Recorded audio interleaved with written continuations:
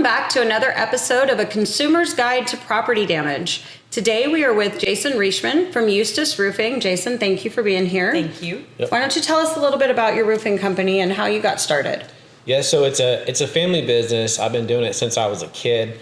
And I've actually carried the hot tar up the ladders, when I was 10, 15 years old. So it's been something that we've been involved in, almost my whole life. My father, was there at the beginning and got it going.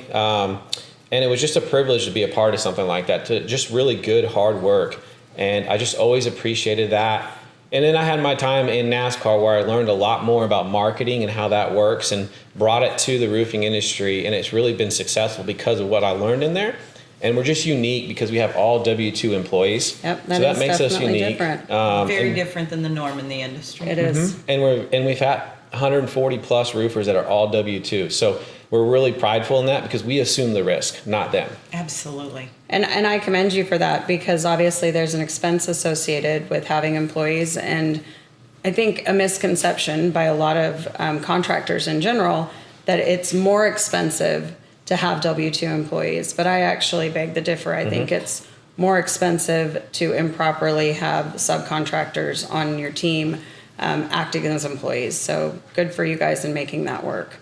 And from a liability standpoint for the consumer, it makes it a much safer experience. And not that roofing contractors or any contractor that subs work out is a liability, but it can be. And consumers have to understand the questions that they should be asking so that they can make sure it's not a liability. And how do you go about that, Jason? I mean, do you have customers that ask you to see your insurance? Do you automatically provide that? What's your process? Yeah, we love to hand that out because it makes us different than our competitors. It shows that they're, like when a homeowner's looking for that, that tells us that they're probably our customer because they want to know the details, because they want a successful job. They've done their homework, and so we're readily available to give that to them. But it protects the homeowner and the roofers. That's what everybody forgets about. Yeah. We don't know if the roofers are paid up on their policy, if it's up to date. Nobody knows that.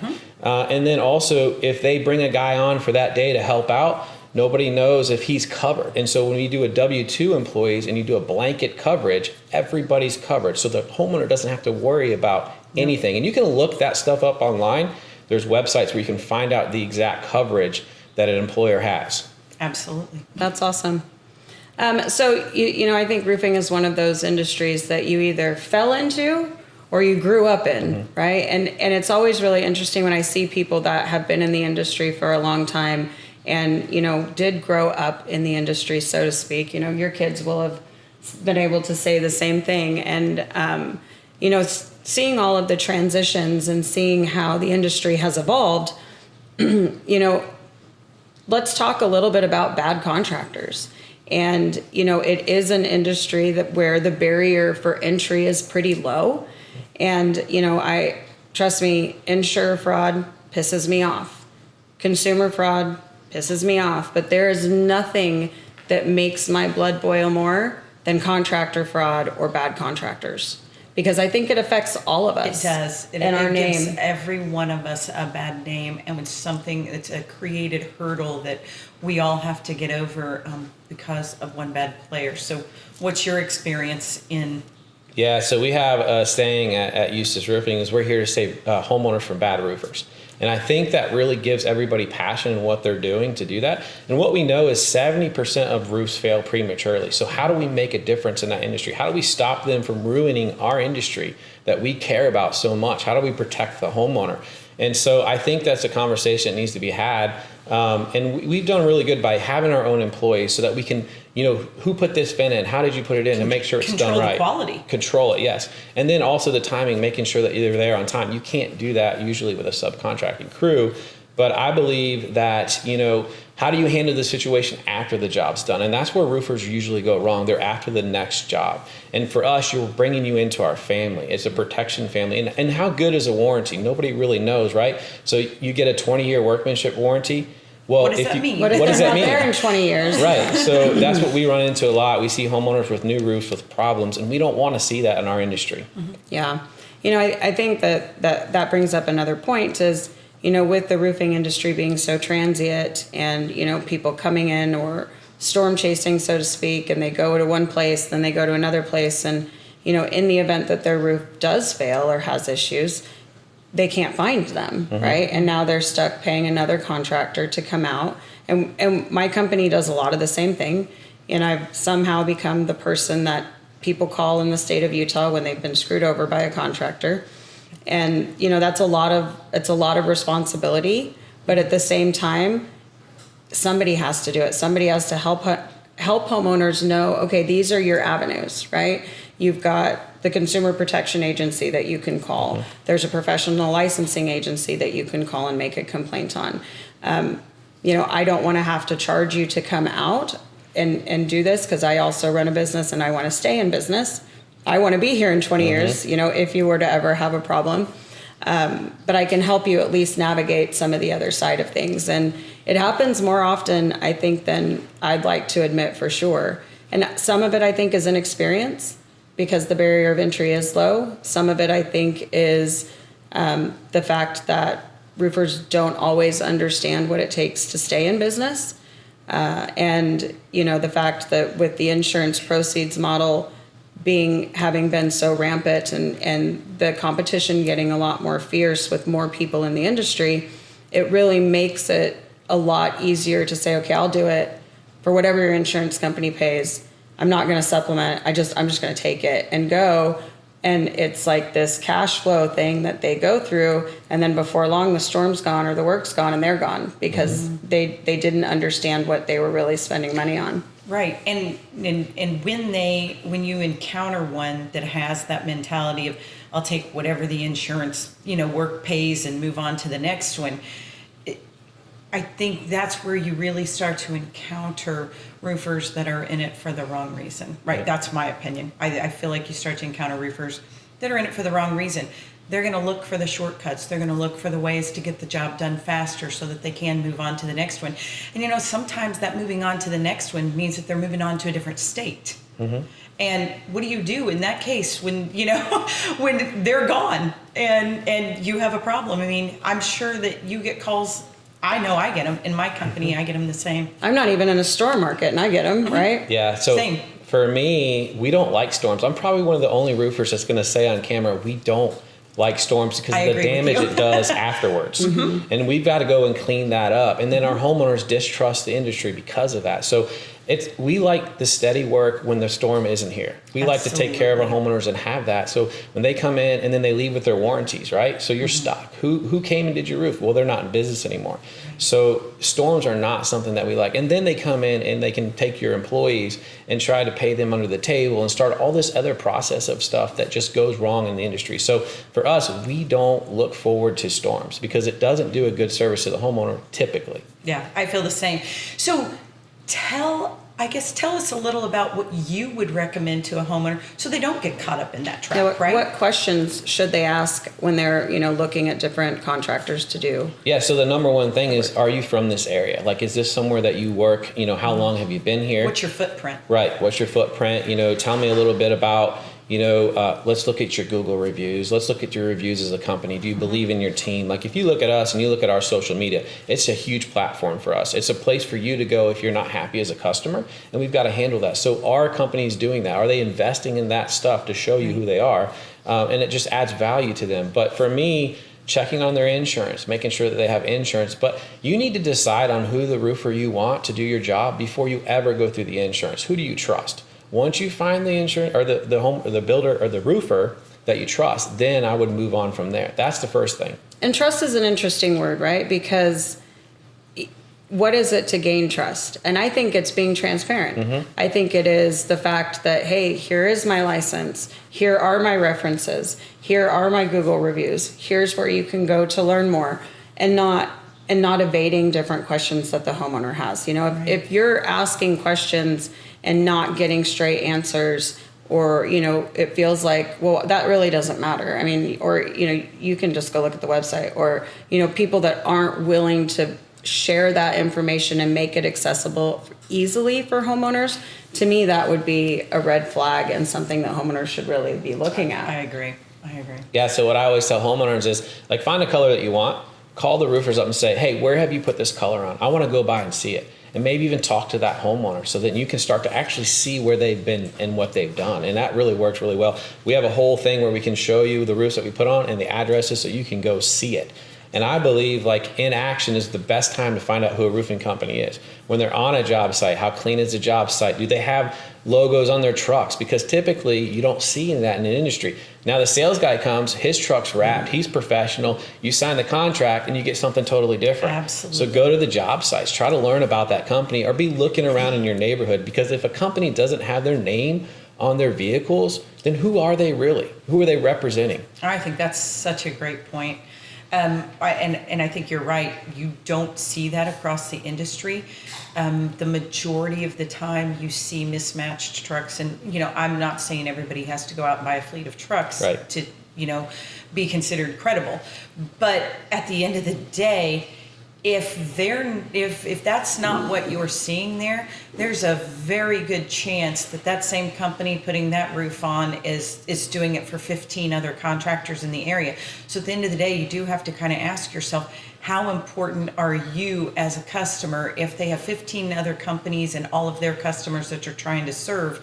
I do see some red flags there. I think though that I think we do need to recognize that there are companies that subcontract work out the right way. Absolutely. Right? Yeah. And there's questions that you can ask, like, do you do a quality assurance inspection at the end? And do I get a copy of that? Who does your quality assurance inspection? Because, in some places, it's very difficult to find labor that you can hire. I know in Utah, I have tried to W-2 my roofing team, and it didn't work. Right. And now we check insurance on a monthly basis. We do a lot of other things to make sure that our homeowners are protected.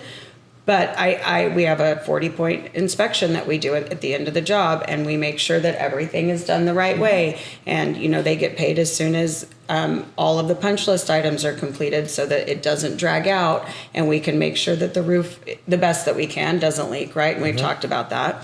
And we'll talk about that a little bit more here in a minute. But I think obviously W-2 is the best way to go, but it's not the norm. And so for homeowners to understand, hey, if your roofing contractor is subcontracting out work, you should also probably ask for your subcontractor's workman's comp insurance, right?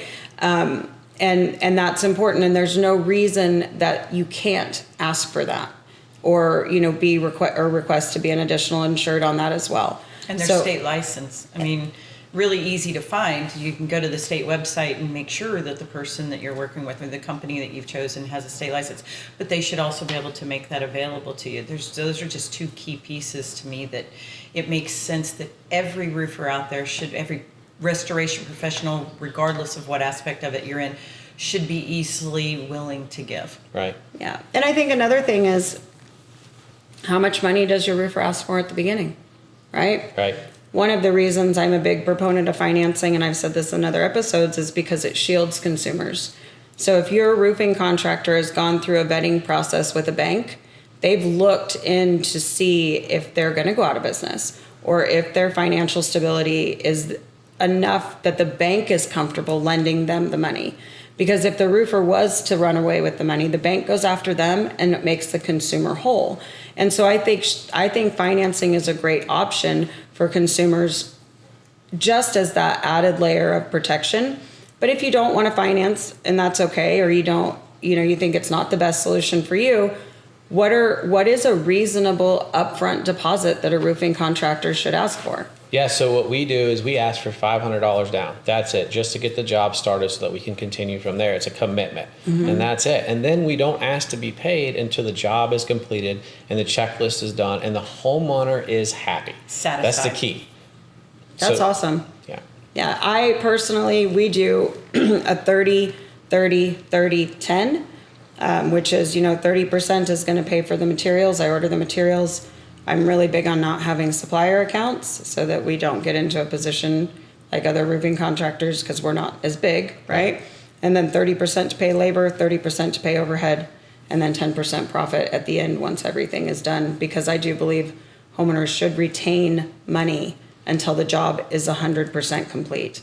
And I see a lot of people that, do a 50% up front or a 75% up front, and I would very much caution against that if I was a consumer. Well, you could use 0% financing for 18 months, for 12 months now. So those are always options to protect you until the job's done, and then you can pay it off also. Absolutely. Right. Yep. I agree with that. 150%. And our model is a little more like yours. We accept a down payment just as a commitment, and we don't ask to be paid until the job is complete.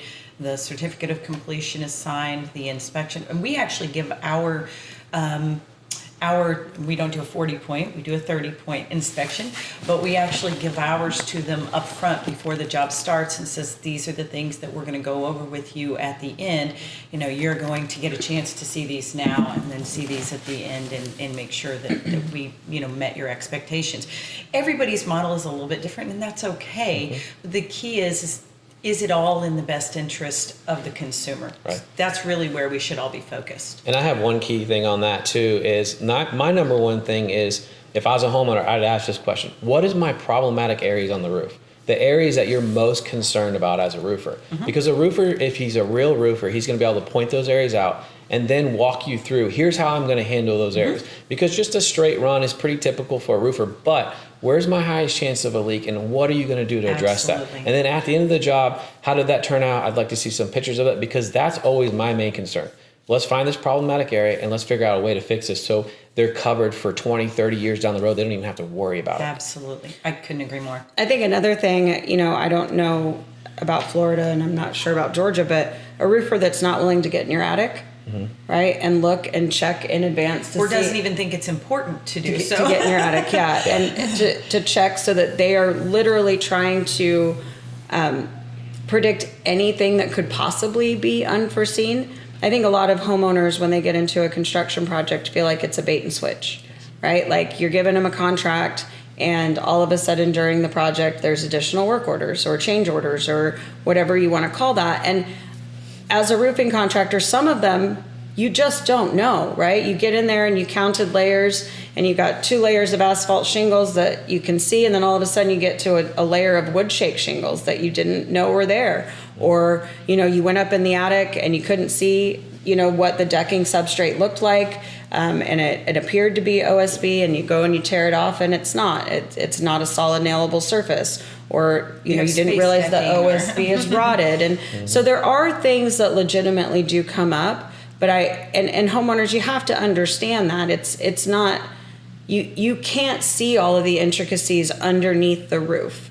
So you have to be patient. But if your contractor isn't discussing that in advance with you or talking to you about possible unforeseen things that could come up, to me, that would be another red flag. Yeah, for us, the same thing. Get as much details as you can before the job to kind of prepare the homeowner. But also when you're doing the job, don't wait to the end of the job to say, hey, here's what I found. Stop there. Stop there and say, hey, I've got some pictures of the damage. I want to show you what's going on, and then how we're going to fix it, and kind of where we're at now. And then at the end of the job, it's not like a shock for the homeowner. Right. Yeah, I agree. And most consumers are, they're extremely adaptive to that. If you stop and you show them when you find it and say, this is what I think we're looking at, this is how we're going to fix it.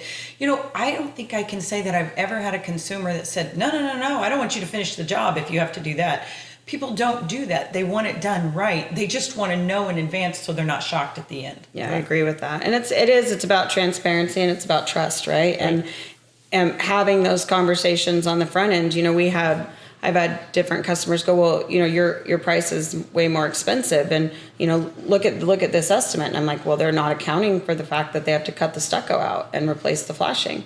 Like I can tell that your flashing is rusted, so it's going to come up, and it's probably just going to come up the day of. So I'm being transparent in advance and letting you know so that I can avoid as many of the unforeseen things as possible.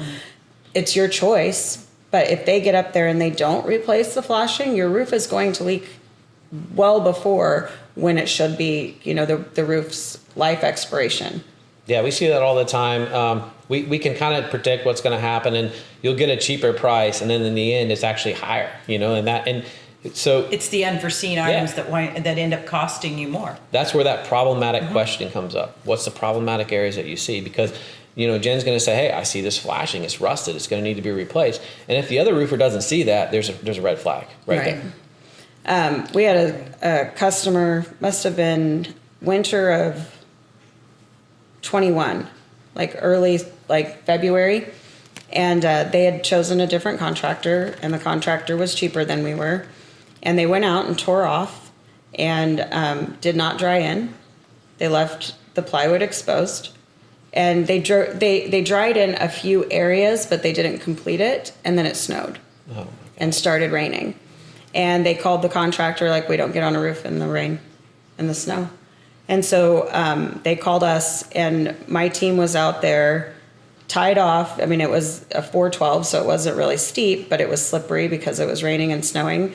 So completely tied off, drying in a roof in the snow and the rain. And they had already paid that roofer, you know, their 50% down. And the guy goes, I don't even care if I get that back, because now I know that at least my roof is going to be done the right way. Mm-hmm. And they ended up signing a contract with us, and we completed the rest of the roof. And it was really crazy to see that people don't even go out and fix it in the middle of the job, let alone at the end of the job. Yeah, so for me, that's where it starts from the project manager. Hey, I'm going to go ahead and talk to you before the job. Here's what we're going to do. Here's my number. If you need anything, emergency, I'm here for you. I'm going to walk you through the job. But also for us in Florida, we have these rain and windstorms that pop up out of anywhere. So we got to be cautious. We got to tear one side off, dry it in. Then we move to the next side, tear it off, dry it in. And we have a rule, like, you're not going to lunch until the roof's dried in. So that's where all these processes come to play to protect the homeowner. Absolutely. And we all have bad jobs. I think that's another thing that, you know, consumers need to understand.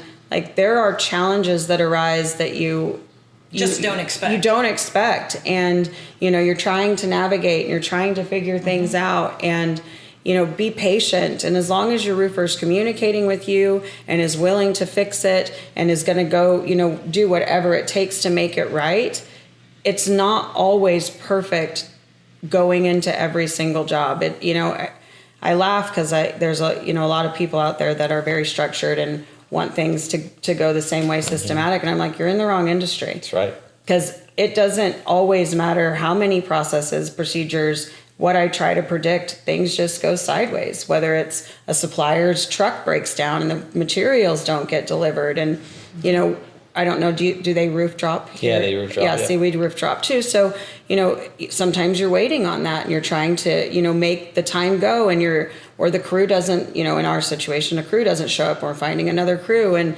if you just have to make sure that you're hiring contractors that are going to talk to you, that are going to explain it to you, that you can tell are being honest and not giving you a line. It's that spidey sense that we talked about. If your spidey sense is going off, the smell test. You know, probably not your contractor. You know, don't allow them to push you into something that you're not comfortable with. Yeah, and that's where, like, for me, like, brick and mortar, like, somewhere where you can go if you have a problem instead of a phone number that's turned off, right? Yeah. Like, I just feel like that's so important in an industry, and it shows that they're serious about what they're doing, that they're going to have a location that you can come to if you have a problem. And we see that a lot with the roofers. And I'm not saying all roofers, but sometimes, you know, you just can't get a hold of them. Now, what are you going to do? You can't find them or anything like that. So brick and mortar is a big deal to me in the industry. It tends to, you know, bring you better roofers. I agree. When I started my roofing company, having my own building was really important to me, because we're a business, and I believe businesses should have a place of business to operate out of. And, you know, people thought I was crazy, because obviously it made my overhead much higher than any other company that was in their first couple years of business. But that, to me, says more about the commitment of the roofing contractor than a lot of other things, because you're assuming liability in a lease. It's not as easy to close up shop. If you're working out of your house, I mean, it says I plan to be around. But yes. What does it say? The key thing is, what does it say to the employees? Absolutely. It says we're serious about what we're doing. We have a place of business. We're a real business, and you're going to get better employees because they want to be a part of that, right? I would agree so with that if too. You're empowering your employees, they're going to give back to the consumer. So it does so many different things, and that's where I feel like technology and tools of the trade that make the jobs easier come into play. So if you can give your guys better equipment or more of a team atmosphere, a place to come to, something to believe in, it's going to go back to the homeowner, and they're going to benefit from it. Right. When everybody in the company is living the same culture. That's right. And I like to say that in our business all the time. When we're all living the same culture, we all are rowing the boat in the same direction. And some of those things, like having that brick and mortar space where everybody can come to every day and they see, we're all working together to row the boat in the same direction. It all makes a huge difference. And in the end, it's really what develops the customer experience, right? You're telling your customer, we care before and we care after, and we're going to be here. Mm-hmm. Yeah, I agree. I mean, just like a sports team, like it takes a team to put a roof on, right? Mm-hmm. So, if you had a sports team and they don't have a location, I mean, what do you really have? You have to have a place where you can meet up, where your consumers can come buy your product or can see who you are. And it just works for employees and the consumer. Mm-hmm. Yes, I agree with that.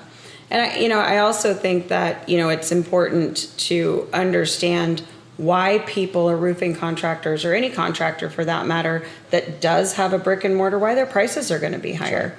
Right? Like, you have to understand how overhead works, and how having a showroom works. There's a cost to that. There's a cost associated with that. I mean, if I worked out of my house and my employees worked out of my house, my price could probably be 10% cheaper. Right. But I'm not willing to do that because of the culture and because of what we wanted to create. And so it's a choice by you as a consumer as far as how you choose your contractor.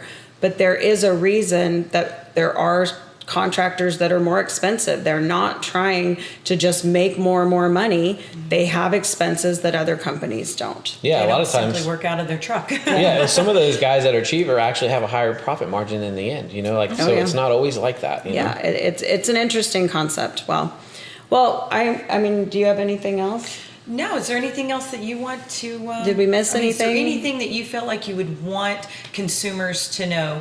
Yeah, so one of the things I want consumers to know, just like Jen was talking about, it can be a really difficult job. It's a team challenge when you do a roof. There is so many difficult things that you're unforeseen. Yes. Right? And it's steep. Sometimes they're steep, sometimes they're difficult to get to, or it's hot. But one of the things I always say about the industry is, like, we're different because, like, if your plumber plumbs your house, he can test the water pipes. Absolutely. He can see where the leak's at, tighten it up a little bit. A roof is totally different. Mm-hmm. You don't know how well it's going to perform until the storm hits. You can take all the precautions that are possible. Absolutely. And still have something that can go wrong. A nail pops, or there's movement in the house that causes the flashing to come undone, or something like that. So what really matters is what the roofer is going to do afterwards. Like, are they going to stand by that? Are you part of their family? And that, to me, is a big part of the industry, the afterwards. And that's really something that a consumer should be able to gauge, not only from the relationship that they've built with you, but from, like you said, that social media platform, your reviews. Mm-hmm. Your reviews are going to tell people, they had a problem, but Jason came back and fixed it, right? I just think that people overlook the importance of those reviews and really checking those references, because I tell everybody at the end of the day, you're not checking to see if I'm perfect. You're checking to see how I'm going to take care of you.